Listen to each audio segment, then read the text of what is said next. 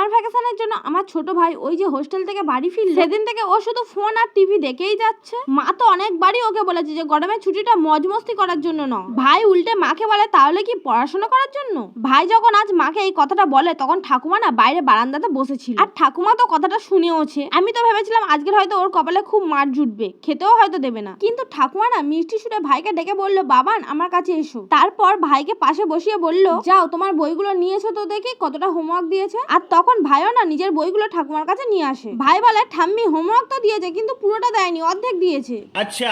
আমি না তখন ঠাকুমাকে বললাম, ঠাম্মা তুমি নিজেই চেক করে নাও, ও খুব মিথ্যে কথা বলে, মিথ্যেবাদী কোথাকার। তখন ঠাকুমা আমাকে বলে, দিদি ভাই তুমি বলো তো ওকে কি হোমওয়ার্ক দিয়েছে। আমি বললাম, এখানে তো একটা প্রশ্ন করেছে। তখন ঠাকুমা বলে, কি প্রশ্ন পড়ে শোনাও। তখন আমি পড়লাম, প্রশ্নটা হলো, একটা ট্রেন 80 কিলোমিটার প্রতি ঘন্টা স্পিডে যদি চলে 160 কিলোমিটার যেতে তাহলে তার কত সময় লাগবে। প্রশ্ন শুনে ঠাকুমা বলে, অপদার্থ কোথাকার, তো পুরো প্রশ্নটাই দিয়েছে। তখন ভাই বলে, আরে ঠাম্মি স্যার তো এটা বলে দেয়নি যে কোন ট্রেন, বন্দে ভারত, শতাব্দী না লোকাল ট্রেন।